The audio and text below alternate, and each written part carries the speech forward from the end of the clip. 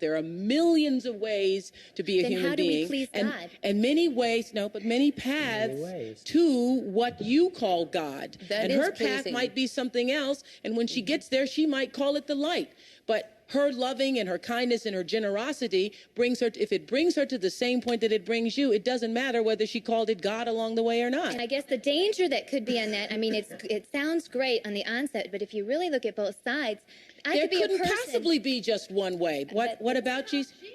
What about Jesus? Even brings him up in this whole discussion, and you say there isn't only one way.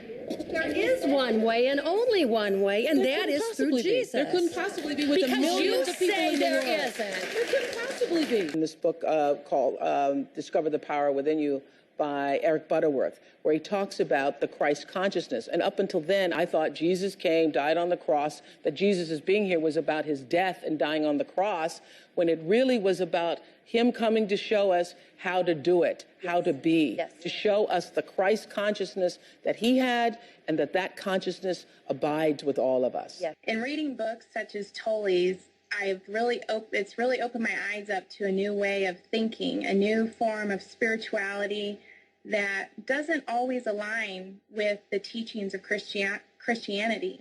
So my question is to you, Oprah, how have you reconciled these spiritual teachings with your Christian beliefs? I've reconciled it because I was able to open my mind about the absolute indescribable hugeness of that which we call God.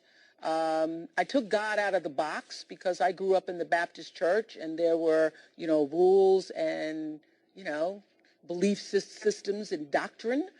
I believe that God is love and that God is in all things. And so that's when the search for something more than doctrine started to stir within me.